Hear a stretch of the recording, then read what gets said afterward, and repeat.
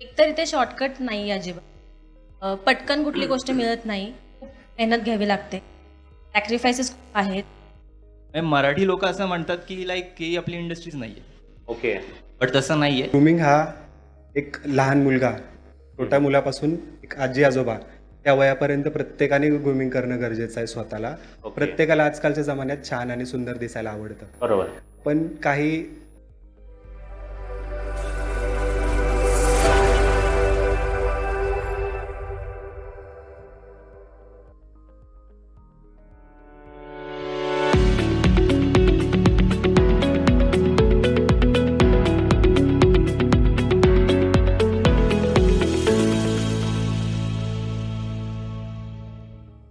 Hello friends, माझं नाव अक्षय मुदगल. आज आपण एक नवीन विषयावर तो नवीन विषय असा असेल तो तुम्हाला सगळ्यांना आवडेल. आता आपण त्या लोकांना भेटू तो हा विषय आपल्याला पूर्णपणे एक्सप्लेन करतील. तर हे माझे सगळे मित्र आणि आजचा आपला फ्रेंड्स टॉक शो मध्ये तुमचं स्वागत आहे. Hello. Hi sir. Hello sir, good evening. Good evening. मला असं म्हणायचं आहे की तुम्ही इथे आलात, थँक्यू. आणि तुम्ही या नवीन विषयामध्ये हात घालताय हे पण खूप मोठी गोष्ट आहे. तर मला फक्त तुमचं इंट्रोडक्शन हवं आहे. आता तुम्ही नेमकं काय करता हे सांगा तुम्ही आता मला.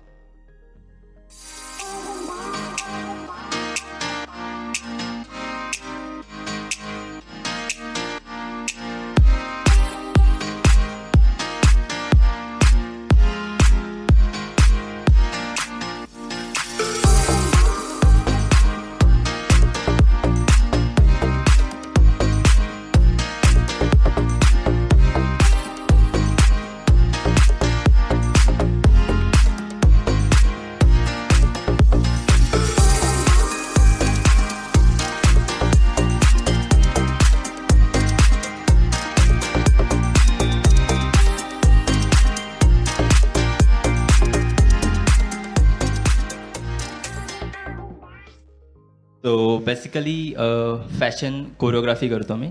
आम अ ग्रूमर अँड कोरिओग्राफर. जेवढे आपले फॅशन इव्हेंट्स होतात जिथे आपण ड्रेसेस पाहतो, वेगवेगळे बुटिक्सचे असे ड्रेसेस असतात जे मॉडेल्स वेअर करतात. तो जेव्हा ते स्टेजवर वॉक करतात तेव्हा ते शोकेस करतात. ओके. फॅशन शोज आला तर असे फॅशन शोज आम्ही कोरिओग्राफ करतो. आम्ही गेले 8 वर्ष फॅशन शो कोरिओग्राफ करतोय आणि सोबत काम करतो. आम्ही गेले 4 वर्ष झाले मी सोबत काम करतो. ओके. असं आहे.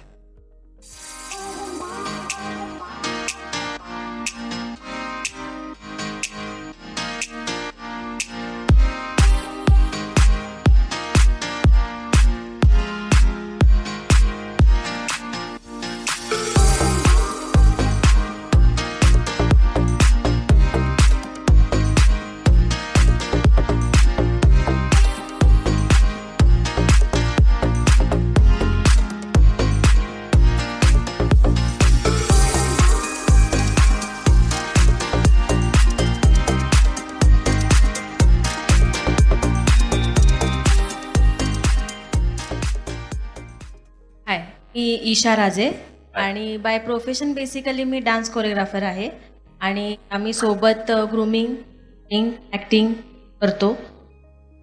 आता पुण्यामध्ये आउट ऑफ पुणे पण ग्रूमिंग करतो. प्रोडक्शन हाऊसेसला आम्ही आता कनेक्ट आहोत. मी असं एक ओके.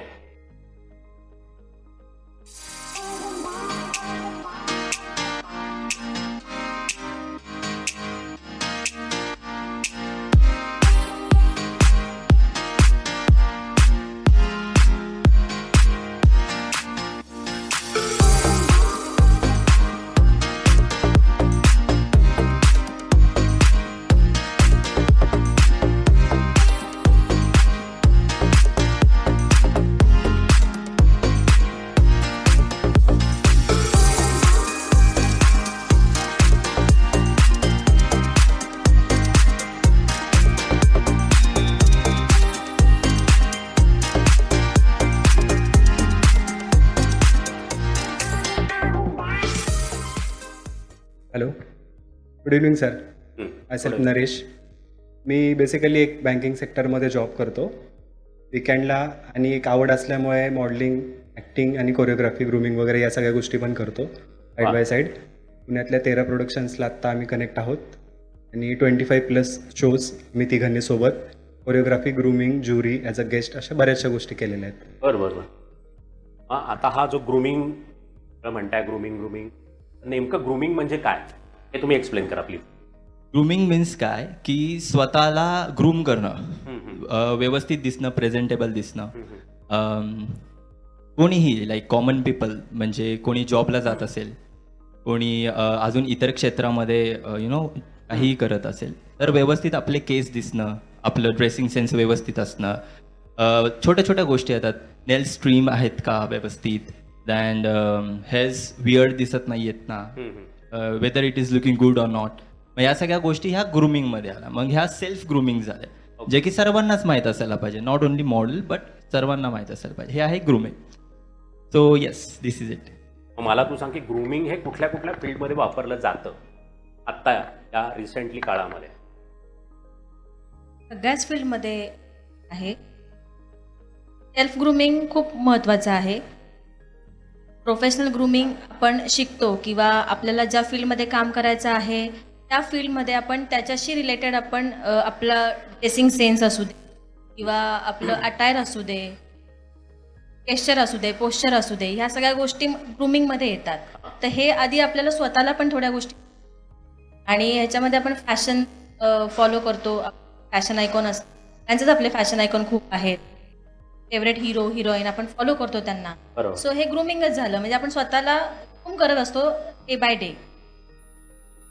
ओके, मला तू सांग की ग्रूमिंग हा प्रकार जो आहे तो कुठल्या वयापासून कुठल्या वयापर्यंत आपण एक्सपोज करू शकतो, किंवा बाबा हे नाही होऊ शकत, हे नाही होऊ, असं काही कॅटेगरी आहे का, सगळ्यांनाच चालतं? Nice question sir. Actually grooming हा एक लहान मुलगा, छोट्या मुलापासून एक आजी आजोबा त्या वयापर्यंत प्रत्येकाने ग्रूमिंग करणं गरजेचं आहे स्वतःला. प्रत्येकाला आजकालच्या जमान्यात छान आणि सुंदर दिसायला आवडतं. बरोबर. पण काही वर्षांपूर्वी जर गेलो तर आपल्या पॅरेंट्सचे जुने फोटोज जर आपण पाहिले तर ते थोडेसे आउटडेटेड आणि ओल्ड फॅशनचे असतात. पण तेच आज आपले पॅरेंट्स आजच्या करंट जनरेशनच्या फॅशन सेन्सला कनेक्ट होऊन ते आज जास्त ग्रूम आणि छान दिसतात. हे आपल्याच घरातलं आपण उदाहरण बघू शकतो. नक्कीच. म्हणजे तिथे वयाचं बंधन नाहीये. लहान मुलं सुद्धा खूप छान दिसतात. ज्या मुलांना चालता बोलता येते तिथून त्यांचा मेकअप आणि लिपस्टिक पासून त्या मुलींची तिथे सुरुवात होते की मला ही लिपस्टिक हवी, मला तो मेकअप हवाय, मला या कलरचा ड्रेस हवाय, मला त्या कलरचा शूज हवाय. म्हणजे हा फॅशन आणि ग्रूमिंग हे कुठल्याच वयासाठी फ्रेममध्ये नाहीये. ते कुठल्याही जनरेशनचे लोक करू शकतात. आतून फील होणं गरजेचं आहे की मी छान दिसलं पाहिजे. आणि आज प्रत्येकाला ते हवं असं वाटतंय. सगळ्यांना ते छान वाटतंय की मी छान दिसलं पाहिजे. आणि तुम्ही त्यांना शिकवतात की कसं वागायचं, कसं राहायचं. एक्झॅक्टली. वा, क्या बात आहे. मला आता सांगा की तुमच्याकडे येणारी जी स्टुडंट्स आहेत ती जास्त कुठल्या वयाची आहेत? यंगस्टर आहेत का, लहान मुलं आहेत का, अगदी मोठी आहेत किंवा नुकतीच लग्न झालेली आहेत, हाऊसवाईफ्स आहेत? आपल्याकडे सर सगळ्या कॅटेगरीची लोक येतात. ओके. 3 वर्षांपासूनची मुलं किड्स कॅटेगरीमध्ये असतात. त्यामध्ये स्मॉल ग्रुप, मोठा ग्रुप असे किड्स असतात. 14 पर्यंत किड्स ग्रुपमध्ये जातात. त्यापुढे टीनेजर ग्रुप एक असतो. मिसेस कॅटेगरी, त्यामध्ये मिसमध्ये येतात ज्या अनमॅरिड मुली आहेत. मिसेसमध्ये जे येतात ज्या मॅरिड आहेत, त्या हाऊसवाईफ आहेत, काही जॉब करतात, त्यांचे लग्न झालेली आहेत, त्यांना 2-2 मुलं आहेत. बरोबर. इथपर्यंत नाही तर 50+ असलेल्या सुद्धा लेडीज आहेत आपल्याकडे. म्हणजे त्यामुळं कुठल्याच वयाचं काही बंधन नाही आहे कॅटेगरीजमध्ये. सगळ्या कॅटेगरीजमध्ये ते बसतात. म्हणजे कोणी ना कोणी कुठे ना कुठेतरी करूच शकतं. त्या स्वतःकडे कसं बघतात? म्हणजे त्यांची जी फिजिक असते त्या लाजतात का, किंवा मग तर मी अशी आहे, माझे वजन जास्त आहे, त्या कशा अप्रोच करतात तुम्हाला?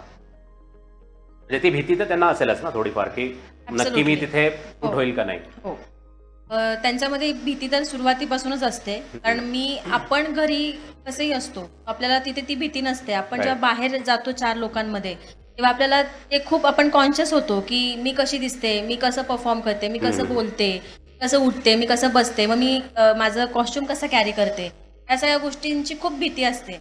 मग ग्रूमिंगमध्ये ह्याच सगळ्या गोष्टी येतात. त्या मी त्यांना शिकवतो, त्यांना आम्ही सांगतो की त्या पद्धतीने आम्ही नॉलेज देतो. तर ह्या गोष्टी त्याच्यामध्ये येतात. मग त्यांचा कॉन्फिडन्स तिथे कुठेतरी थोडासा बिल्डअप होतो आणि त्यांना त्या गोष्टी कळायला लागतात. म्हणजे त्यातल्या आपण मोस्ट ऑफ गोष्टी आपण फॉलो करत असतो, पण ह्याच त्या गोष्टी आहेत का, हेच ते ग्रूमिंग आहे का, हे त्यांना माहिती नसतं, त्या गोष्टी त्यांना माहिती होत जातात. बरोबर. ओके. एक असं म्हणजे की ग्रूमिंग फील्ड हे अजून कुठल्या कुठल्या गोष्टीला रिलेट करू शकतं. आपल्याला नॉर्मली माहिती असतं की मॉडेल्स हे ॲक्टर्स बनतात, पण मग आणखीन कुठे ते पोच करू शकतील की त्यांना काही त्या गोष्टींमध्ये प्रेझेंटेबल व्हायचं असेल तर ते काय फील्ड्स असतील तर त्या गोष्टी आपल्याला प्रेक्षकांपर्यंत पोहोचवता येतील की हां हे पर्टिक्युलरली या गोष्टी कराव्या, ग्रूमिंग केलं तर तुम्हाला ह्याच्यामध्ये चांगलं सक्सेस मिळेल, त्या काय असतील?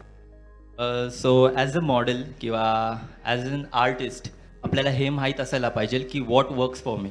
माझ्यासाठी कुठल्या गोष्टी या योग्य आहेत, मी कोणत्या क्रायटेरियामध्ये फिट होतो आहे, या समजणं महत्त्वाचं आहे. आता खास करून आपलं पॉडकास्ट हे मराठीमधून होतं आहे. आपली प्रायोरिटी लँग्वेजची मराठी होती, तर ती असायलाच पाहिजे. कारण मराठी ऑडियन्सला हे समजणं खूप महत्त्वाचं आहे की फॅशन शो किंवा ग्लॅमर इंडस्ट्री किंवा वॉट एव्हर जे आज लोकांना मिथ्स आहेत जे वाटतं ते ॲक्च्युली तसं नाही आहे. इवन फक्त त्यांना असं वाटतं ही इंडस्ट्री आपली नाही आहे. Okay. This industry is only made for foreign countries. Sorry, असा अनुभव आलाय तुम्हाला हो, लोकांचा? मराठी लोक असं म्हणतात की लाईक ही आपली इंडस्ट्रीज नाही आहे, ओके.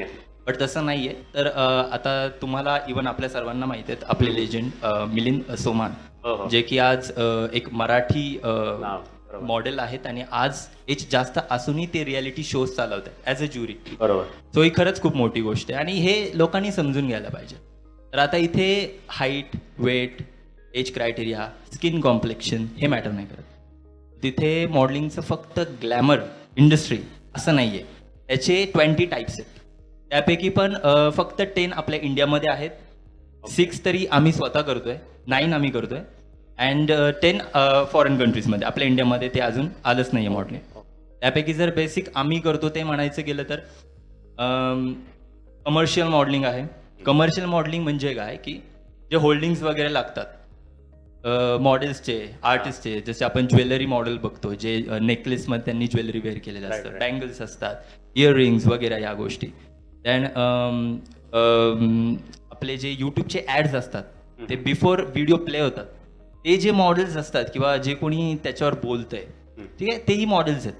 ओके. तर ते कमर्शियल मॉडेलिंग झालं जे की ॲड्समध्ये दिसतात, toothpaste, fair and lovely and असे खूप आहेत, हे कमर्शियल मॉडेलिंग झालं.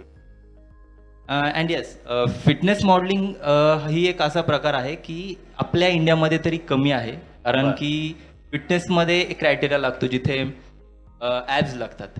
यो मसल्स शुड बी लीन, तुम्ही मस्क्युलर दिसायला हवेत. बट आपल्या इथे जे बॉडी बिल्डिंगमध्ये जे टायटल होल्डर आहेत किंवा जे विनर्स हा. आहेत सो त्यांना हे ॲड्स मिळतात, ओके. मॉडेल्सना नाही मिळत इथे. म्हणजे जे मिस्टर्स होतात किंवा मिस होतात Exactly. येस, त्यांना. बरोबर. ते ऑलरेडी ओके. श्रेडेड असतात, प्रिपेअर्ड असतात. हां. त्यांचे So, बॉडी स्ट्रक्चर तसं yes, बनवतात. तुमचं फिजिक तसं असतं. Okay okay. तो जास्त करून फॉरेन कंट्रीजमध्ये मॉडेल्सला लाईक फिटनेससाठी ते करू शकतात मॉडेल्स. अँड थर्ड असं जर आपण बघायला गेलो तर फ्रीलॅन्स मॉडेलिंग आहे. ओके. तर फ्रीलॅन्स मॉडेलिंग ही अशी आहे की आपण कुठल्या एजन्सीला कनेक्टेड नसतो. एजन्सी आपल्याला स्वतःहून कनेक्ट नव्हत, आपल्याला अप्रोच करावं लागतं प्रत्येक प्रोडक्शन हाऊसेसला आणि एजन्सीजला आपल्याला काम मिळवण्यासाठी. हां ऑपॉर्च्युनिटीजसाठी ओके. की मग ती काही असू शकते, फोटोशूट असू शकतो, कुठले स्टाईल्सचे क्लॉथ्स असू शकतात, अटायर्स असू हां शकतात. हां हां. अशा बऱ्याच गोष्टी आहेत जे की एक फ्रीलॅन्स मॉडेलला नेटवर्किंग करावं लागतं. ओके. येस, तो असे हे टाईप्स आहेत. इव्हन अजून आहेत जे की माझे जे को पार्टनर्स आहेत ते will explain you better. Okay okay. तर हे 3 मुद्दे झाले. मग आता ह्याच्या पुढचे 3 मुद्दे काय असतील ते सांगा, म्हणजे प्रेक्षकांना ते कळेल. त्याच्यामध्ये पुढे मी असं जोडेल की प्रिंट शूट आहे, खूप प्रकारचे कॅटलॉग शूट Okay. आहे, कॅलेंडर शूट आहे, मॅगझिन आहे, करू शकता. Okay. खूप संधी आहे. आता हे वाईल्ड आता आहे प्रिंट शूटचं वाईल्ड फील्ड, बरोबर. जो इथे अपॉर्च्युनिटीज खूप असतात आणि हे दोन्ही मिस कॅटेगरीज सगळ्या कॅटेगरीजमध्ये आहे, प्लस साईज Okay. सगळ्या आहे त्याच्यामध्ये. त्याच्यानंतर ज्वेलरी शूट सरांनी सांगितलं पण आहे. त्यानंतर टीम शूट आहे, बोल्ड शूट आहे. त्याच्यामध्ये जास्त करून टीम बोल्ड शूटकडे पण आहे, ही पण इंडस्ट्री एक आहे. त्याच्यामध्ये पण खूप अपॉर्च्युनिटीज आहेत. ह्याच्यामध्ये आपण फायनान्शियल पण ग्रो करू शकतो आणि ॲज अ मॉडेल पण ग्रो करू शकतो. आपलं जर प्रोफाईल बिल्डअप करायचं असेल ही साईड पण खूप महत्त्वाची आहे. बरं. त्यामध्ये कॉन्फिडन्स महत्त्वाचा आहे. हे असे काही टाईप आहेत टाईप सांगतील. हे सगळे पार्ट ऑफ मॉडेल्स म्हणजे मॉडेलिंगचे टाईप्स आहेत. ते सरांनी 3 सांगितले, मॅमने 3 सांगितले. आता पुढचे मी सांगतो. मेजर जे आहेत ते फॅशन मॉडेलिंग, पेजंट आणि रनवे. आता रनवे आणि पेजंट हे लोकांना जवळपास सेम वाटतं, पण त्यात मेजर फरक असा असतो की रनवे मॉडेलमध्ये काय असतं की एखाद्या ब्रँडचा, एखाद्या कॉस्ट्युमचा, एखाद्या ज्वेलरीचा ते प्रमोशन तिथं केलं जातं. म्हणजे तिथं त्या गोष्टी प्रमोट केल्या जातात. बाकी तिथे मॉडेलला जज केलं जातं. तिथे काय जज केलं जातं? डिझायनर्सला. एखाद्या नवीन डिझायनरने एखादं त्यांचं प्रोडक्ट लॉन्च केलं असेल, ज्वेलरी असतील, त्यांच्या कॉस्ट्युम्स असतील, तर त्या गोष्टी तिथे ते लॉन्च करतात. ते रनवे मॉडेल असतात. मग तिथे प्रायोरिटी कशाला असते? त्यांच्या प्रोडक्टला, ॲक्सेसरीजला. हे असतात रनवे मॉडेल. आणि रनवे मॉडेलिंगमध्ये काय असतं? तिथे जजिंग नसतं. तो फक्त प्रोडक्टचा त्यांचा म्हणजे प्रेझेंट करण्यासाठीचा एक तो वे असतो. तिथे जजिंग केलं जात नाही. प्रोडक्ट लॉन्चिंग वगैरे त्या रनवे मॉडेल्स करतात. पण तेच असतं पेजंटमध्ये. पेजंटमध्ये कसं असतं? ती कॉन्टेस्ट असते. कॉन्टेस्टमध्ये काय असतं? तुमचे कॉस्ट्युम आणि हेअर मेकअप याला मार्क नसतात. जास्त तुमचे मार्क्स असतात तुमच्या पोश्चरवर, तुम्ही प्रॉपर कसे वॉक करताय, तुमचे पोझिशन्स कशा आहेत, तुमचे पोजेस कसे आहेत, तुम्ही इंट्रोडक्शन कसं देताय, तुम्ही क्वेश्चन आन्सर कसं देताय, तुमचं इंट्रोडक्शन विथ कॉन्फिडंट आहे का. म्हणजे त्या पर्सनचं टॅलेंट त्यामध्ये जज केलं जातं. जे काही विनिंग कॉम्पिटिशन असतात त्या सगळ्या पेजंटमध्ये मोडल्या जातात. आणि 90% लोकांना फक्त पेजंट कॉम्पिटिशन मॉडेलिंग एवढंच माहिती आहे. बाकीचे टाईप्समधनं पण काही ना काही वर्क मिळतं हे लोकांना अजून माहिती नाही आहे. पेजंटमध्ये मोस्ट पॉप्युलर टाईप हा असेल की पेजंट. त्या पेजंटमध्ये या गोष्टी होतात. आणि तिथून जे काही टॉप 3 वगैरे निघतात, टॉप 3 वगैरे जे निघतात त्यांना प्रोडक्शन हाऊसकडनं तर काही ना काही अपॉर्च्युनिटी मिळतेच. पण जे काही विनर नाही झालेत त्यांनाही कुठे ना कुठे काही ना काही अपॉर्च्युनिटी मिळते. म्हणजे असं नाही की तुम्ही त्या शोचे विनरच असायला हवेत. म्हणजे प्रत्येकाचा काही ना काही वेगवेगळा क्रायटेरिया आणि प्रत्येकाचे वेगवेगळे काही ना काही लुक्स आणि स्किल्स आहेत. तर त्या स्किल्सवर त्यांना पुढे वर्क नक्कीच मिळतं. म्हणजे असं नाही की तुम्ही विनरच व्हायला हवेत. रनवेमध्ये जजिंग नसतं, पेजंटमध्ये जजिंग आणि कॉन्टेस्ट असते. हा मेजर फरक असेल दोघांमध्ये. थर्ड असेल, लास्ट पॉईंट असेल प्लस साईज मॉडेल. लोकांना वाटतं माझं वेट 80+ आहे, 90+ आहे, मला मॉडेलिंग नाही करता येणार. पण जर आपण कुठल्याही प्लस साईज शॉपमध्ये जर गेलो तर तिथे त्या मॉडेलचे ड्रेस लावलेले असतात, त्या ड्रेसचे त्यांचे फोटोज घातलेले असतात. 40+, 45+च्या जीन्स वगैरे असतात. ते जे कपडे वेअर करून जे फोटोज लावलेले असतात ते प्लस साईज मॉडेलच आहेत. म्हणजे त्या मॉडेलची पण रिक्वायरमेंट असते. जर माझं वेट आज 45-60 आहे तर मला प्लस साईज मॉडेल नाही घेणार. त्यासाठी तो त्याच वेटचा माणूस लागेल. म्हणजे माझं वेट जास्त आहे म्हणून मला काही अपॉर्च्युनिटी नाहीये असं नाहीये. सगळ्यांनाच आहे. आता जर मी पर्सनली माझं स्वतःचा एक एक्सपिरियन्स शेअर करू असं मला वाटतं की माझं वेट 95+ होतं. ओके. त्यावेळेस ज्यावेळेस 4 to 5 years बिफोर ज्यावेळेस मी मॉडेलिंगची स्टार्ट केली त्यावेळेस माझं वेट 95 होतं. आणि इन्स्टावर वगैरे आहेत माझे व्हिडिओज, मी फोटोज टाकलेले आहेत. पण त्यावेळेसचं जे माझं वेट होतं म्हणजे त्यावेळेस पण मला एवढं अपॉर्च्युनिटी होती. मी स्वतःवर वर्क केलं, वेट लॉस केलं. वेट लॉस केल्यानंतर इंडस्ट्रीमध्ये आलो आणि ॲज अ ग्रूमर. म्हणजे मी कधी विचारही केला नसाल की बाबा मी ॲज अ मॉडेलिंग ॲक्टिंगमध्ये जाईल. 95 kgचा वेट असलेला माणूस, एवढी मोठी ढेरी आणि गाल, चीन, डबल चीन, या टाईपचा मी होतो. म्हणजे जे कोणी प्लस साईज मॉडेल असेल तर त्यांनी विचार करायला हरकत नाहीये प्लस साईज मॉडेल सगळ्यांनी करू शकता. पण आहे की काही होऊ शकतं. फक्त कन्सिस्टन्सी ठेवा, नक्कीच मेहनत करा, नक्कीच तुम्हाला काही ना काही अपॉर्च्युनिटी आहे. पण तुम्ही हे करताय ना, हे मला असं वाटतं की तुम्ही नवीन जी लोक आहेत की जी घाबरत आहेत त्यांना तुम्ही पुढे आणताय. आणि त्यांची भीती जाऊन ॲब्सोल्युटली खूप चांगल्या पद्धतीने कॉन्फिडंटली नक्कीच चांगलं जगू शकतील आणि काहीतरी चांगलं करून दाखवतील. मग त्यांची फील्ड ही नसली तरी चालेल, ते त्यांच्या ऑफिसमध्ये असेल किंवा खेळत असतील तरी ते हेल्दी आहेत, जाड आहेत म्हणून त्यांना असं नाही वाटणार की मी माझ्या शरीरावर प्रेम करतील शरीरावर स्वतःच्या आणि आणखीन चांगल्या पद्धतीने ते पुढे येतील. हे तुम्ही नक्कीच चांगलं काम करताय. हे असंच करत राहा. पण मला अजून एक वेगळं विचारायचं आहे की त्या स्त्रिया आहेत त्या म्हणजे लग्न झाल्यानंतर त्या प्रेग्नंट होतात, त्यांचा अप्रोच कसा असतो तुमच्याकडे? मग तुम्ही त्यांना काय सांगता? त्या मॉडेल्स म्हणून असतात का तुमच्या? हा खूप वेगळा विषय आहे. आणि फॅमिली किती सपोर्ट करतील किंवा त्या किती काय म्हणतात त्याला, त्या स्वतःच एक जीवाला घेऊन त्यापर्यंत आल्या, त्या किती कॅरी करू शकतात, किती त्यांचा कॉन्फिडन्स असतो किंवा त्यांना खरंच करायचं असतं आणि त्यांचं शरीर साथ देतं का नाही? ह्यासाठी आता खूप पेजंट्स असतात, मॉम अँड किड, प्रेग्नंट वुमनसाठी सुद्धा असतात, मॉम टू बी. तर हे सुद्धा पॅजंट आता आजकाल आहेत खूप. म्हणजे नुसतं फक्तच मिसेस किड्स आणि मिस्टरसाठी आता पॅजंट्स नाही, ओके. ह्या कॅटेगरीजसाठी सुद्धा आहेत आणि ट्रान्सजेंडरसाठी सुद्धा आहेत. सो असा कॅटेगरीज वाढत चालल्या. सो हे एक्सपांडेबल आहे हे फील्ड आणि अपॉर्च्युनिटी खूप आहेत तशात. आता अपॉर्च्युनिटी आहेत खूप आणि त्यांचा कॉन्फिडन्स कुठेतरी बिल्डअप व्हावा त्यासाठी खूप गोष्टी रन केल्या जातात. त्यांच्यासाठी पण आहे, मॅगझिन शूट आहे साठी, मॉम टू बी, प्रेग्नंट पण असतं. आणि मला एकदम असं म्हणायचं की हे करताना तुम्ही त्यांच्याकडनं त्यांचे जे म्हणजे डॉक्टरांशी ते कन्सल्ट करतातच, मग डॉक्टर त्यांना काही गोळ्या म्हणा, खाणं म्हणा किंवा एक्सरसाइज सांगतात, तर तुम्ही पण त्यानुसार त्यांच्याकडनं एक्सरसाइज करून घेता का त्या पद्धतीमध्ये?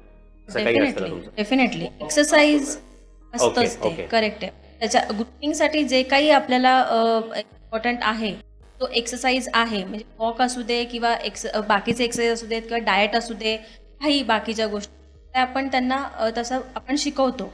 पण मग मला त्यांच्यानुसार इंडियन वुमनला शिकवायचं असेल तर काही गोष्टी बदलून त्यांना शिकवायला त्यांना लागत शिकवायला असतील. लागतं, करेक्ट. ओके. त्यांच्याप्रमाणे म्हणजे नॉर्मल जे असेल तिला वेगळ्या गोष्टी त्या तिच्या शरीरानुसार, हो. त्या शरीरानुसार. ॲब्सोल्युटली.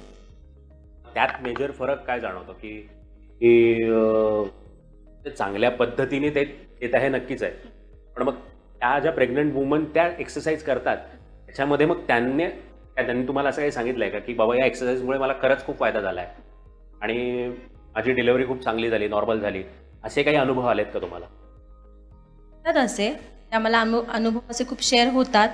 पण आता आपण मॉडेलिंगसाठी जे काही एक्सरसाइज आपण घेतो तर स्ट्रेचिंग्स आहेत किंवा वॉक कसं करायचं आहे किंवा बाकीच्या पोजेस कशा आहेत, त्यासाठी आपली बॉडी कशी फ्लेक्झिबल, त्या हिशोबाने आपण त्यांना जे काही ट्रेनिंग देतो त्याचा त्यांना नक्की फायदा होतो. आणि हा फायदा त्यांना आफ्टर डिलिव्हरीमध्ये हा फायदा होतो. ॲब्सोल्युटली. चांगली गोष्ट आहे हे. मेंटल म्हणजे हेल्थ मला असं म्हणायचं की नक्की तुम्ही जर ग्रूमिंगमध्ये असाल तर नक्की जा, नक्की करा आणि तुम्हाला नक्की फायदा होईल. चांगले काम करताय, मस्त. यावर सर मला एक छोटासा मुद्दा अजून एक शेअर करायचा होता की ज्या वेळेला प्रेग्नन्सी पिरियड असतो महिलांचा, तर आपल्या मराठी कल्चरमध्ये जास्त करून इंडियामध्ये मोस्टली काय करतात की त्यांना खूप नाजूक ठेवतात. त्यांना म्हणतात की तुम्ही हेवी वेट उचलू नका, तुम्ही व्यवस्थित बसा, तुम्ही रनिंग करू नका, कामं करू नका वगैरे. बट खरं सांगू का सर, ज्या वेळेला महिला प्रेग्नेंट असतात ना, सो त्या वेळेला सुद्धा ते वर्कआउट करू शकतात. त्यावेळेला सुद्धा ते जिममध्ये जाऊ शकतात आणि फ्रॉम अ बेटर ट्रेनर ते चांगला गायडन्स घेऊन वर्कआउट करू शकतात. कारण strength, mobility drills, compound movements like fast movements असतात ते. काही गोष्टी आहेत ज्या बेसिक्स असतात तर ते करणं खूप गरजेचे आहेत. आणि मग तेच मग ग्रूमिंगच्या वेळेस, त्या पार्टच्या वेळेस ह्या गोष्टी आम्ही शेअर करतो त्यांना. मग तिथे आता ईशा मॅम आहेत, जर मुलींचा पार्ट म्हटला तर ते खूप चांगलं सांभाळतात. तिथे ते मोबिलिटी ग्रिल्स घेतात. तिथे कम्प्लीट आपलं स्काउट कसं असतं, सो त्या सगळ्या गोष्टी, नेकपासून ते टोजपर्यंतचे स्ट्रेचिंग्स असतात. मग ह्या सगळ्या गोष्टी इवन असं नाही आहे की तर मुलींना मी सुद्धा ग्रूमिंग करतो. ज्या गोष्टी मला माहिती आहेत मी त्यांना शेअर करतो. मुलांच्या गोष्टी असतील तर मॅम घेतात, सर घेतात. तो अशा प्रकारे सगळं केलं जातं आणि मुळात ह्या गोष्टी समजणं खूप महत्त्वाच्या, म्हणून मला हा पार्ट पण शेअर करू वाटलं. आता की तुम्हा या फील्डमध्ये आलात, सुरुवात केली पहिल्यांदा, तेव्हा तुम्हाला काय प्रॉब्लेम्स फेस करायला लागले?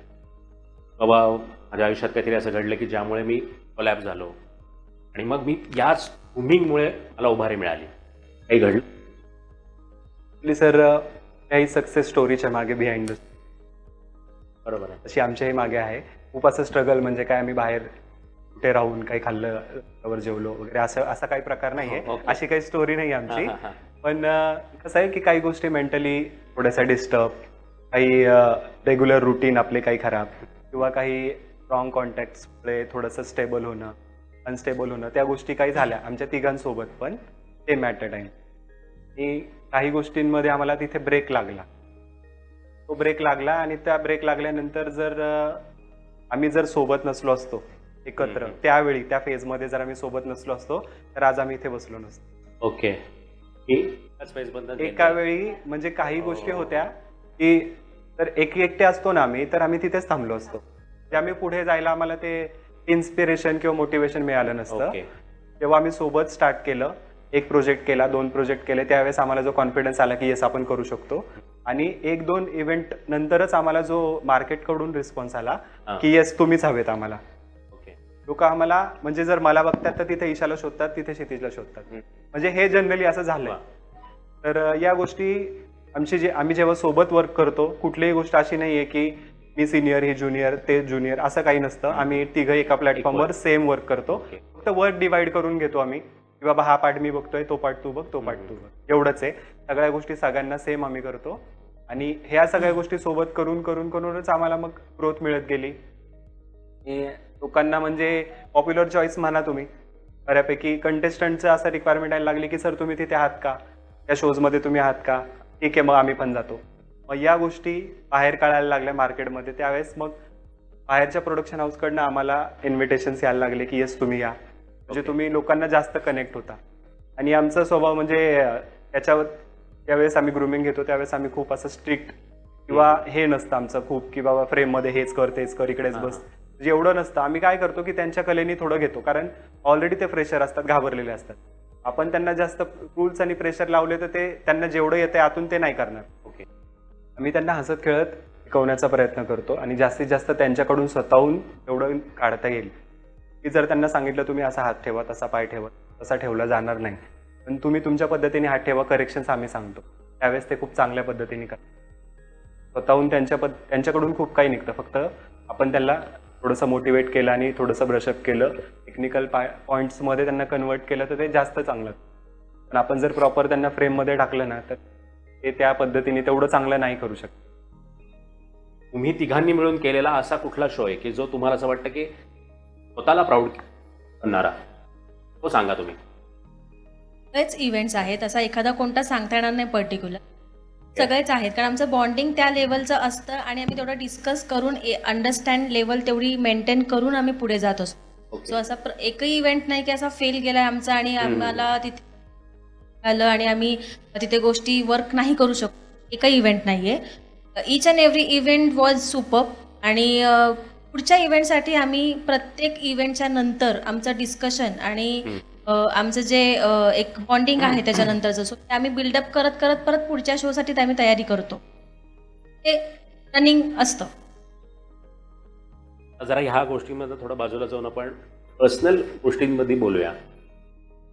तुम्ही नेमका आधी काय करत होता आणि आता या ग्रूमिंग करायच्या आधी तुमचं काय लाईफ होतं आणि आता लाईफ काय आहे हे एक्सप्लेन करा. म्हणजे फॅमिलीज म्हणा, तुमचं काम, हे काही सांगू शकलात तर.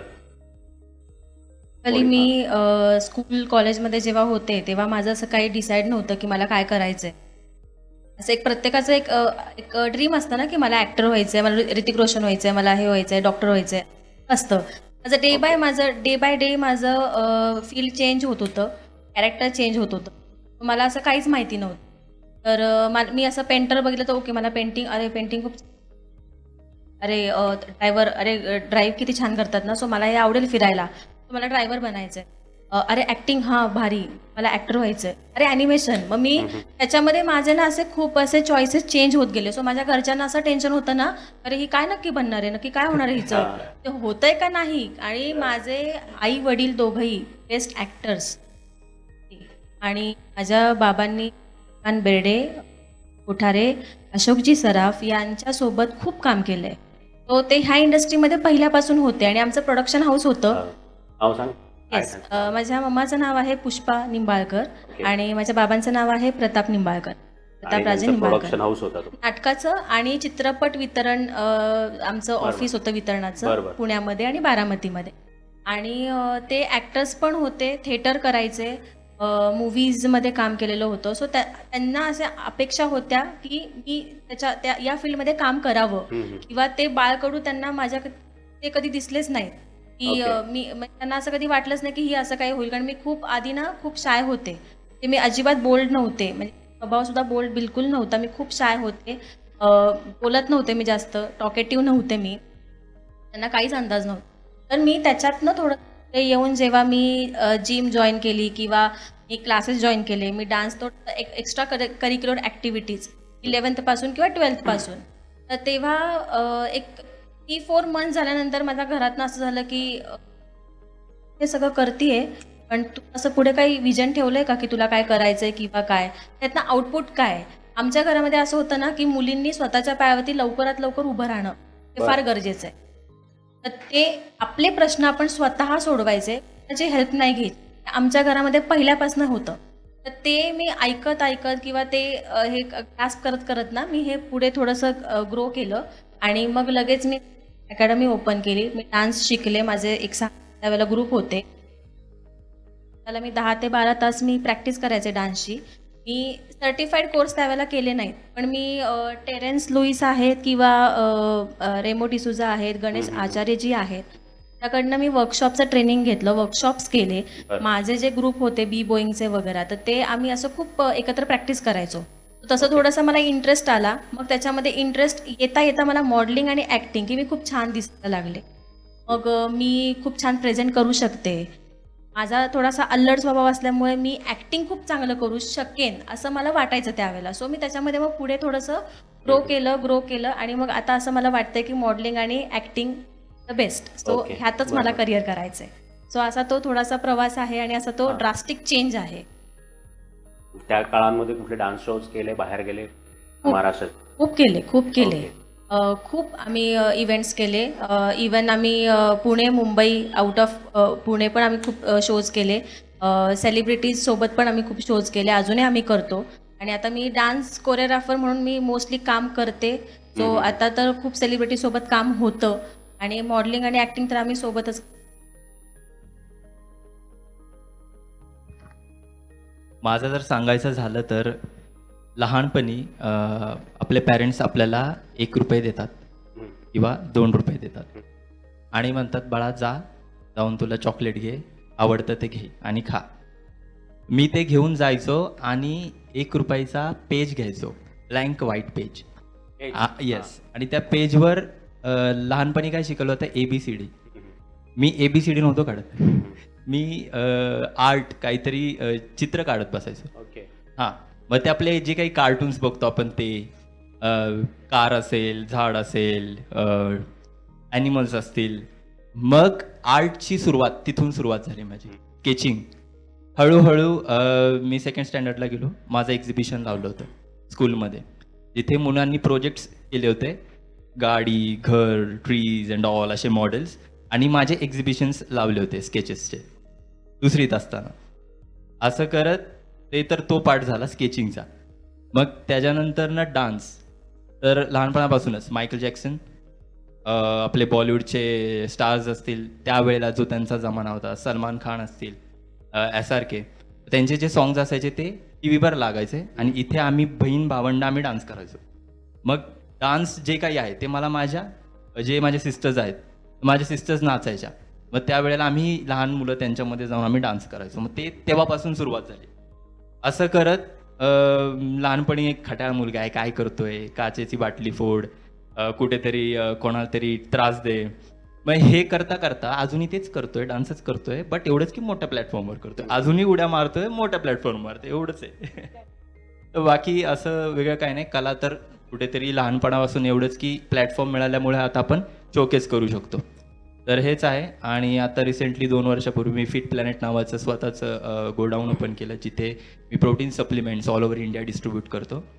म्हणजे जुन्नर, बीड, आंध्र प्रदेश, झारखंड, मुंबई, वाई, सातारा, नाशिक, नागपूर, सगळंच ऑल ओव्हर इंडिया मी ऑनलाईन डिस्ट्रीब्युशन करतो.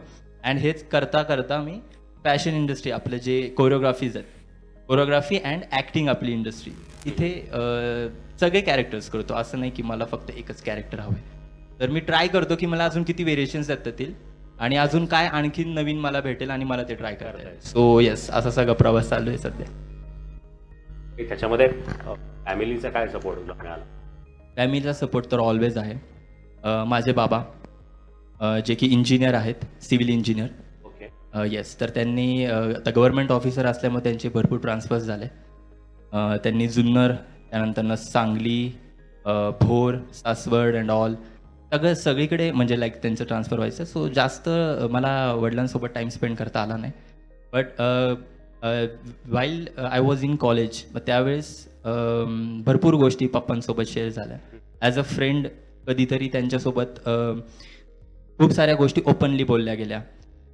जर मला कुठे बाहेर जायचं आहे तर त्यांनी मला तुला पैसे पाहिजे, हे घे पैसे, जा फिरायला, मुलींसोबत जा फिरायला, डान्स कर, पोरांसोबत जा फिरायला, ट्रेकिंगला जा, बाईक रायडिंग कर, ट्रॅव्हल द वर्ल्ड. हे सांगायचं तुला. हां, ट्रॅव्हल कर, नॉलेज घे. ओके. येस, ब्राउझिंग कर, सर्फिंग कर, बट नॉलेजेबल सर्फिंग कर. खूप साऱ्या गोष्टी त्यांनी ॲज अ फ्रेंड माझ्याशी शेअर केल्या, माझ्याशी बोलले. इवन माझी आई लहानपणी चुकलं जरी असेल तरी सुद्धा, नाही बा तू व्यवस्थित केलं, खूप छान केलं, तर ती मोटिवेट करणार की तू छान केलंस. आणि माझे वडील असे की अजून छान होऊ शकत होतं, त्यात झालं नाही. ते कधीच म्हणणार नाही की तू 10 out of 10 कधी त्यांनी दिले असतील, असं कधीच नाही. अजून छान करू शकतोस किंवा आणखीन छान करू शकतोस. इवन आत्ताही जर आपण काही ॲक्ट केला, काही आपल्या सिरीज असेल, वेब सिरीज, शॉर्ट फिल्म्स असतील, त्याच्यामध्ये ते म्हणतील की ना तू हा ॲक्ट असा करायला पाहिजे होता, तो अजून जास्त एनर्जेटिक झाला असता, किंवा हा इमोशन असा तू ग्रॅप्स करायला पाहिजे, तिथे तो अजून ऑडियन्स कनेक्ट झाला असतं त्या गोष्टी. असं ते मला ॲज अ फ्रेंड ते माझ्यासोबत आहे, अशी माझ्या फॅमिलीसोबत माझं कनेक्शन आहे. मोटिवेशन देत असतात. मी आज ग्रूमिंग करताय, त्याच्या आधी मी काय करत होता, ग्रूमिंग मध्ये तुमचा प्रवेश कसा झाला याबद्दल? तसं दोघांच्या घरी काही ना काही एंटरटेनमेंट ऍक्टिव्हिटी होत्या. तसं माझ्या फादर आणि मदर दोन्ही घरांमध्ये असा काही इतिहास, हिस्ट्री काहीच नाहीये. पहिला व्यक्ती मीच असेल जे काही मी हे स्टार्ट केली. आता या 2 ते 3 वर्षामध्ये ते माझ्या कॉलेज लाईफमध्ये 15 वर्षात एवढ्या काही मी ट्रॉफीज आणि अचिव्हमेंट मिळवल्या नसतील, तेवढ्या मी या क्षेत्रात आल्यानंतर मिळवल्या. आता 62चा काउंट झालाय आपल्याला ट्रॉफीजचा, जो की लवकरच 100 करायचा आहे मला. आणि ती एक ट्रॉफी म्हणजे एक इव्हेंट आणि एक इव्हेंटची मेमरी असते. ते 62 आता आपल्या घरात झालंय. तर जनरली मला आधीपासून आवड होती मॉडेलिंगची वगैरे, पण कधी असा कुठला प्लॅटफॉर्म मिळाला नाही त्याच्यासाठी की, किंवा कुठला चांगला गायडन्स मिळाला नाही. असंच मी फेसबुकला फोटोज वगैरे टाकायचो, फ्रेंड्ससोबत फिरायला सिंहगडला वगैरे गेलेलो आणि फेसबुकला DP फोटो पोस्ट केले नॉर्मली. तर एक डिरेक्टर होते, त्यांचा मला फेसबुकला मेसेज आला की तुमचा फोटो फेस हा फोटोजेनिक वाटतोय, सो असं असं आमचं प्रोडक्शन हाऊस आहे, आम्ही शॉर्ट फिल्म्स वगैरे करतो, तुम्ही या. मी पूर्ण सरप्राईज, म्हणलं यार हे मी असं कधीच काही केलेलं नाहीये आणि फक्त फोटोवरून कोण जज करतंय. म्हणजे मला आधी वाटलं की या गोष्टी फेक असतील, कुणीतरी आपल्याला असंच विनाकारण बोलतंय, किंवा मला असं वाटलं की कुठल्या तरी फ्रेंडनी विनाकारण कुठल्या अकाउंटवरून मला चॅट केलं, असं वाटू शकतं बाबा. मला ट्रस्ट नव्हता, मी तो मेसेज सोडून दिला, 1-2 आठवडे सोडून दिला. 3ऱ्या आठवड्याला मला परत मेसेज आला, नेक्स्ट संडेला तुम्हाला वेळ असेल तर या. आणि मी त्यावेळेस वर्किंग होतो, जॉबला वगैरे होतो, आत्ताही आहेच आहे मी. त्यावेळेस वेगळ्या IT इंडस्ट्रीमध्ये मी होतो जॉबला. तिथे मी जॉब करायचो Monday to Friday working, Saturday Sunday काय वेळ मिळाला तर तो फॅमिलीसोबत किंवा मित्रांसोबत, एवढंच लाईफ होतं. म्हणजे साधारण 6 ते 7 वर्षांपूर्वी. मग ऍक्टिंगमध्ये आवड तर होती, पण वाटलं नव्हतं आपल्याला कधी की असं काही होईल वगैरे. आणि आमच्या ऑफिसमध्ये कॉफी आणि बरंच काही या मूवीचं शूट झालेलं, आणि त्या शूटचं प्रमोशन करायला प्रार्थना बेहरे आणि वैभव तत्ववादी आले होते. आणि ती लोक आली होती आणि आमच्या ऑफिसमध्ये ती लोक येणार त्याच्या आधी 2 दिवस जो क्रेज होता, आणि ती लोक आल्यानंतर जो क्रेज होता, म्हणजे त्या दोघांच्या मागे पूर्ण ऑफिस 500-1000 लोक अशी पळतायत, एक सेल्फी घ्यायला, एक फोटो घ्यायला. आणि त्या गर्दीत मी पण कुठेतरी पळत होतो की येस बाबा कुणीतरी यांचा नवीन मूवी येतोय, असं होतं. ते क्रेज असतं, मराठी इंडस्ट्रीत लोक येतात वगैरे. मग मी नंतर घरी आलो, विचार केला की म्हणले यार ही पण लोक माणसंच आहेत, नाही 2 हात 2 पाय, आपणही माणसं आहोत. मग यांनी कुठंतरी स्वतःवर वर्क केलंय, काहीतरी त्यांना कुठंतरी चांगला प्लॅटफॉर्म मिळालाय, स्वतःवर काम केलंय, तर आपण का नाही? त्या लेवलला तर नाही, पण ऍटलीस्ट थोडंफार तर करू शकतो, मेहनत तर करू शकतो, स्टार्ट तर करू शकतो, एक डोक्यात होतं. आणि त्यानंतर तो फेसबुकवर आलेला मेसेज, मग ते कुठंतरी ट्रिगर बसला की बघूयात. म्हणले चल फेक तर फेक, भेटायला काय जातंय. गेलो, मी भेटलो, मग त्यांनी सांगितलं असं असं आम्ही शॉर्ट फिल्म. ठीक आहे म्हणलं, आवडलं. त्यात माझं पहिलं कंडिशन हे होतं की मी जॉब करतो, मला पूर्ण वेळ देता येणार नाही, मला फुल टाईम माझा जॉब असतो, वेळ मिळेल संडेला असेल तर मी येईन. ते म्हणे नाही आम्ही संडेलाच ठेवतो आहे. ठीक आहे, वेल अँड गुड. Okay. 4 संडेज आहेत, तुम्ही करा. 3 संडे मी त्यांच्याकडे शिकलो. 4थ्या संडेला एक त्यांच्याकडे शॉर्ट फिल्म केली. स्वतःला यूट्यूबवर आणि मोबाईलवर असं बघणं कुठंतरी वाटलं वाव छान वाटतं हे. मग हे करता करता करता मग त्यांच्याकडेच एक मूवी मिळाला. त्यांनी मूवीसाठी पण एक रोल मला ऑफर केला. आता तो मूवी लवकरच येईल चित्रपटगृहामध्ये. Okay. आणि 15 ते 20 मिनिटाचा रोल आहे. तर बऱ्यापैकी त्यामध्ये तिथं सुरुवात झाली. आणि ॲक्टिंग करता करता मग मॉडेलिंगमध्ये काही कॉन्टॅक्ट्स वाढले. मग ते कॉन्टॅक्ट्स वाढल्यानंतर मॉडेलिंगमधल्या खूप साऱ्या गोष्टी लोक विचारायला लागले. पण मॉडेलिंगमध्ये असतं काय, काहीच माहीत नव्हतं. 0 बॅकग्राऊंड, काहीच नॉलेज नाही, काही नाही, नॉलेज पण नाही, काहीच नाही. तर लोक ते प्रश्न विचारतायत, त्या प्रश्नांचे आन्सर करण्यासाठी मी परत एक डोक्यात घेतलं, हे जर मी स्वतः केलं तर मला त्याचे आन्सर पण देता येतील आणि शिकता पण येईल. मला आधीपासून नवीन करायची खूप आवड आहे, की काहीतरी नवीन करायचं, नवीन ट्राय करायचं, काही असू दे, मग कुठलाही ॲक्ट असू दे किंवा काही XYZ, कुठलीही गोष्ट, इव्हन घरात पण मी काही ना काही नवीन असं ट्राय करायला मला आवडतं. तर म्हटलं मॉडेलिंग एकदा बघूया करून. पाहिलं, केलं. पहिला शो झाला, छान वाटलं. काही सेलिब्रिटीज होते त्या शो, बऱ्यापैकी शिकायला मिळालं. त्यानंतर शोज करत करत करत करत जवळजवळ 6 ते 7 मी इव्हेंट केले. काही ठिकाणी बॅड मुवमेंट, काही बॅड एक्सपिरियन्स होते, काही चांगले एक्सपिरियन्स होते. पण प्रत्येक इव्हेंटमध्ये थोडं थोडं थोडं थोडं ग्रो करत गेलो. म्हणजे इथं मला काही नाही जमत आहे आज, ते वाढवलं. तिथे काही राहतंय तर ते थोडं वाढवत गेलो. काही गोष्टींमुळे कुठल्याही शोचा आज विनर झालेलो नाहीये. 6 ते 7 शो केले मी, कुठल्याही शोचा विनर नाहीये. पण नॉलेज ॲड ऑन करत करत करत मी आज इथपर्यंत आलो आहे. जसं की आपण म्हणू, शिकता शिकता शिकवायला लागलो. स्वतःही शिकत गेलो. माझ्यामध्ये ज्या काही प्लस मायनस पॉईंट असतील त्याला ग्रो करत गेलो. आणि ते करता करता आज मी ग्रूमर म्हणून लोकांना आवडायला लागलं. तुम्ही छान शिकवताय, ते असं डोक्यात ठेवून आपण काही ॲज अ ग्रूमर म्हणून मी नाही कुठं कधी अप्लाय केलं. त्याच्यातून आम्ही शिकत शिकत शिकत आता करतोय. आणि शिकणं हे कधीच थांबत नसतं, आपल्याला अजून ग्रो करायचंय. बरोबर. 100 मधले आम्ही मी आता म्हणेल की आम्ही 10% आहोत. 90% आम्हाला अजून खूप शिकायचंय, खूप एक्सप्लोर करायचंय, खूप नवीन नवीन गोष्टी करायच्या. ती जस्ट स्टार्ट आहे. पण मी म्हणेल की 0 बॅकग्राऊंडमधून इथपर्यंत तरी येणं खूप अवघड होतं. ज्यावेळेस सुरुवात केली त्यावेळेस फॅमिली आणि नातेवाईकांचं खूप निगेटिव्ह आलं की आत्ता या एजला म्हणजे जॉब करणं, सेटल होणं, या सगळ्या गोष्टी प्रायोरिटी असतात. यामध्ये या गोष्टींमध्ये पडणं या वयात आत्ता हे चुकीचं आहे असं लोकांना वाटतं, वाया जाईल वगैरे वगैरे, असं खूप काही काही बॅड कमेंट्स पण आल्या. पण मी म्हणलं नाही, मला जे वाटतंय आवडतंय ते मी करणार. आणि या गोष्टींमध्ये माझ्या पॅरेंट्सचा मला पूर्ण सपोर्ट आहे. माझे मम्मी पप्पा ते माझं वर्ल्ड आहे. ते म्हणतील म्हणजे मी जे म्हणेल ते म्हणतात, त्यांना ते ॲग्री असतं. मग ते कधीच कुठल्याही गोष्टीला मला थांबवत नाही. तू करतोयस, तुला आवडतंय, बरं. त्यावेळेस मी कुठल्याही इव्हेंटला जाणार असेल ना, तर त्याच्या आधी माझे पप्पा माझ्या एक ट्रॉफीचा रॅक आहे 3-4 असा फ्लोअरचा, तर त्या फ्लोअरमध्ये जागा करून ठेव, जी कोणती ट्रॉफी येईल ती तिथे असेल. आणि मी कधीही कुठल्याही ट्रॉफीचं अरेंजमेंट लावणं, त्याला क्लीन करणं हे करत नाही. माझे मम्मी पप्पाच करतात. म्हणजे माझ्यापेक्षा जास्त त्यांना आवड असते की आता हा शो करून आलाय, ट्रॉफी आता इथे येणार आहे. ट्रॉफी म्हणजे ट्रॉफी नसते, त्याच्या एफर्टने करत राहायचंय. नक्की नक्की चांगलंच काम करत. जाता जाता आपण आता एक असं की लोक फील्डमध्ये येत आहेत, पैसा बघून येत आहेत, मला बघून येत आहेत का फक्त टाइमपास करायचं म्हणून येत आहेत, हेही सांगा. आणि तुम्ही ह्या लोकांना काय सांगाल, या फील्डमध्ये काय यावं, काय भेटण्याची शक्यता खूप असते, ते तुम्ही सांगा की नक्की या फील्डमध्ये येणाऱ्या लोकांनी काय करावं, अशा पद्धतीने पुढे जावं. आणि मला असं विचारायचं की मुलं येतात, हे काहीतरी स्वप्न घेऊन येतात, काहीतरी, मग त्यांनी कुठल्या मार्गाने जावं की त्यांची ही स्वप्न पूर्ण होती, ते सांगा. एकतर इथे शॉर्टकट नाही अजिबात. पटकन कुठली गोष्ट मिळत नाही, खूप मेहनत घ्यावी लागते, सॅक्रिफायसेस खूप आहेत, अंडरस्टँडिंग लेवल तेवढी हवी, काम पटकन मिळत नाही, पैसा लवकर मिळत नाही. कधी कधी सुरुवातीला आपल्याला खूप टीमध्ये काम करावं लागतं, एक्सपिरियन्स घ्यावा लागतो.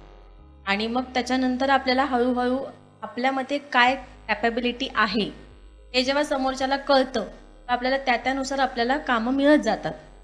तो फर्स्ट ऑफ ऑल हे सगळ्यांनी लक्षात ठेवलं पाहिजे. हा एक गैरसमज आहे की ग्लॅमरस फील्ड आहे तर आपल्याला खूप छान कपडे घालायला मिळतील आणि खूप आपल्याला दागिने घालायला मिळतील, मेकअप खूप छान होतो. तर असं सगळ्यांचा गैरसमज असतो. पण तो इथे ह्या फील्डमध्ये आल्यानंतर तो गैरसमज दूर होतो, जसा आमचा झाला. म्हणजे माझा तर मोस्टली झालाच झाला.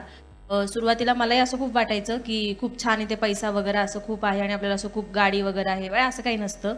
तर ह्या गोष्टी खूप नंतर येतात. जेव्हा आपण खूप सक्सेस मिळवतो तेवढे आपण कॅपेबल होतो त्यावेळेला त्या गोष्टी होतात. पॉसिबल आहेत, पॉसिबल नाही असं नाही, पॉसिबल आहेत. त्याला जी मेहनत हवी, डेडिकेशन मेहनत हवं, हवी. करेक्ट. त्यासाठी योग्य मार्गदर्शन मिळणं मार्गदर्शन गरजेचं आहे. मिळणं गरजेचं आहे. करेक्ट. बरोबर. याच्यावरच सर मला अजून एक गोष्ट शेअर करायची आहे, ती अशी की जे टायटल होल्डर्स असतात, जे विन होतात शो, तर ते म्हणतात की मला पेड शूट्स हवेत. They are not ready for collaboration और they are not ready to showcase their talent. क्योंकि कारण डायरेक्टरला हे माहीत असणं खूप इम्पॉर्टंट आहे की तुमचं काम काय आहे, तुम्हाला किती स्किल्स आहेत तुमच्यामध्ये, हे समजणं खूप महत्त्वाचं आहे. तो स्टार्टलाच तुम्हाला हाय एक्सपेक्टेशन्स तुम्ही ठेवून नाही जाऊ शकत. तुम्हाला पेमेंट नाही मिळू शकत. तर फर्स्ट तुम्हाला ऑब्वियसली तुम्हाला एक्सपिरियन्स तुमचा दाखवावा लागतो. आता जर फॉर एक्झाम्पल मी तुमच्यासमोर आलो आहे, ठीक आहे, तो मुझे आप काम दीजिए, तो ऑब्वियसली आप मुझे काम क्यों दोगे कि मैंने किया क्या है, मैं कौन हूँ, मेरा एक्सपिरियन्स क्या है, ये मॅटर करता है. सो मग त्याच्यासाठीच कोलॅबरेशन्स करावे लागतात. म्हणजे फ्रीमध्ये वर्क करावं लागतं. तुम्हाला तुमचं टॅलेंट दाखवावं लागतं. सो ते सगळं काउंट होतं. आणि तो जो तुमचा एक्सपिरियन्स आहे तो बेस घेऊन तुम्ही अप्रोच करू शकता. देन अगेन तुम्हाला त्या एक्सपिरियन्स बेसवर कामं मिळतात आणि paid what ever your web series, short films, album songs, magazine shoot, brand shoots, films, हे सगळे तुम्हाला नंतर मिळतं. सो आधीच हे एक्सपेक्टेशन्स आपण नाही ठेवू शकत. हे समजणं खूप इम्पॉर्टंट आहे. राईट. येस. काम करा, मेहनत करा, काम जसं दिसत जाईल त्या कामं मिळतील. हेच रूल आहे. ॲक्च्युली हेच रूल आहे आणि ह्याच वेनी आपल्याला जावं लागतं की इथे पेशन्स खूप गरजेचे आहेत. आणखीन एक गोष्ट सर मला ही शेअर करावीशी वाटते की जेव्हा कधी आपण स्क्रीनवर काम करतो, स्क्रीनवर काम करताना आपले भरपूर को पार्टनर्स असतात, फिमेल आर्टिस्ट असतात. मग त्यावेळेला कोणी जर फिमेल मॉडेल वर्क करते तर ऑब्वियसली मुलांसोबत तिला काम करायचं आहे.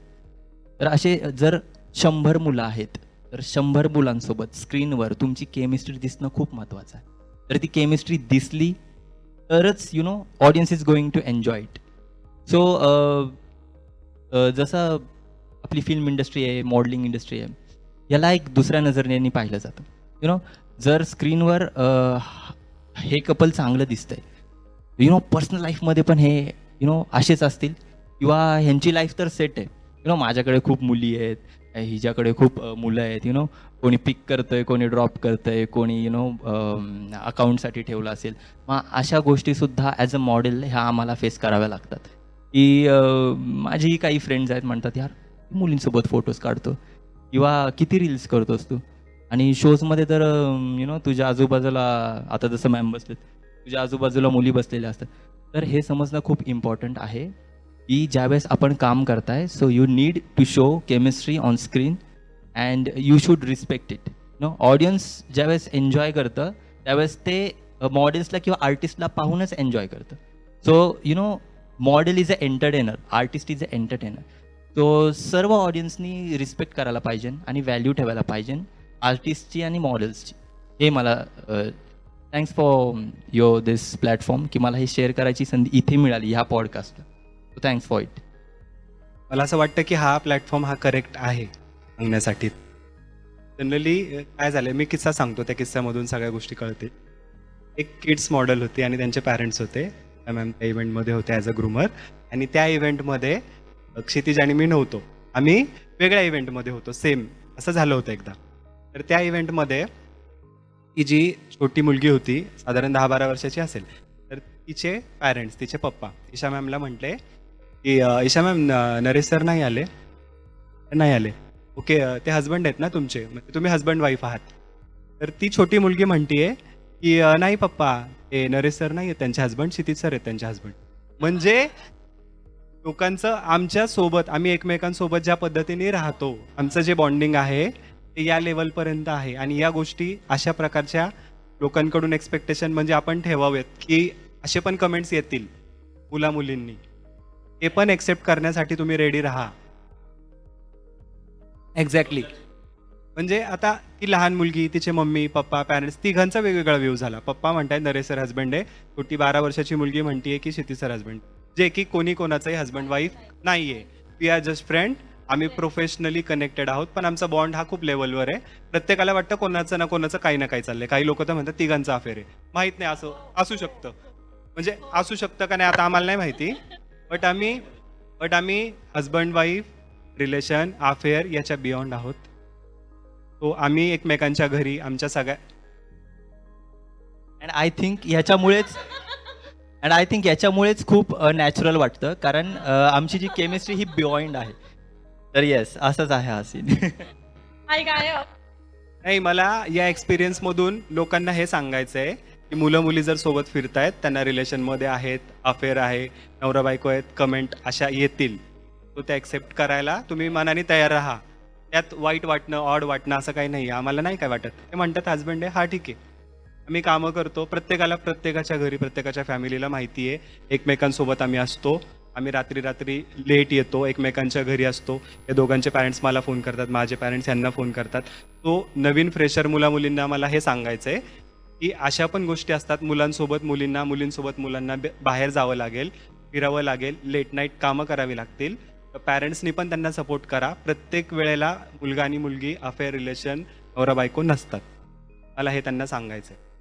थँक्यू तुम्ही इथे आल्याबद्दल. वेळाअभावी आता आपल्याला तिथं थांबावं लागतं, पण तुम्ही ही जी माहिती दिली ना ती खूप छान होती आणि तुम्ही चांगलं काम करताय.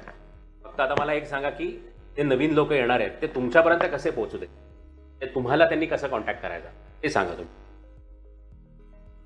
या शोमध्ये सरांनी आम्हाला इन्व्हाइट केल्याबद्दल खरंच मनापासून सर आभार मानतो आम्ही. ती नवीन जे कोणी कनेक्टेड, नवीन जे फ्रेशर्स मॉडेल असतील किंवा ज्यांना कुणाला मॉडेलिंग रिलेटेड काही क्वेश्चन्स असतील, कोणाला काही प्लॅटफॉर्म मिळत नसतील, तर खाली दिलेल्या इन्स्टा आय डी आहेत आमचे तिघांचे, क्षितिज, नरेश आणि ईशा, ही आमची नावं आहेत.